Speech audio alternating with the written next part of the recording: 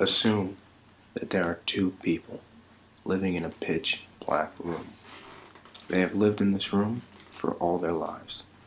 Their hands are tied and they wander around the room aimlessly all day.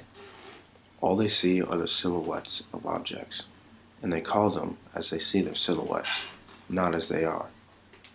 Since they are confined to this room, they are ignorant to a world beyond the four walls. This is their reality, and they are content with it because they feel that there is no other. One day, a man from the outside world enters the pitch black room. He informs one of the captives living in the room about the world outside. The man tells the captive that the reality he knows is a false one, and that there is a real reality that can be found in the outside world. The captive is initially unbelieving. He cannot fathom the existence of a world beyond this room. However, curiosity overcomes him, and he eventually relents, agreeing to explore the world outside. Together, the man and the captive leave the room, leaving the second captive behind, who is oblivious to his friend's escape.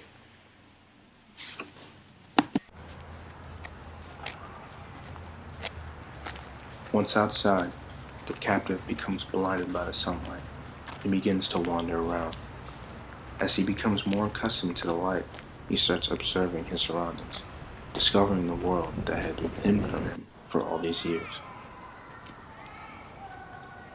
He spends hours experiencing the new perspective he was brought into. The world around him was different, and by the end of the day, he was eager to share his new experiences with his friend. Thus he began his journey back to his home to tell his fellow captive of his exploits. The man brings the now enlightened captive back to the dark room and then leaves. His eyes have trouble adjusting to the darkness. After bumping into many objects, he finally reaches the second captive. He is excited to tell his friend about his experiences and adventures in the outside world.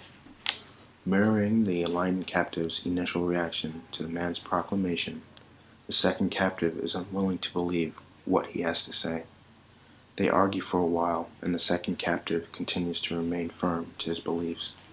The enlightened captive tries in vain to convince the second captive about the outside world, but he is firmly rebuffed by him. The enlightened captive, now left in his own home, could never see in the darkness again.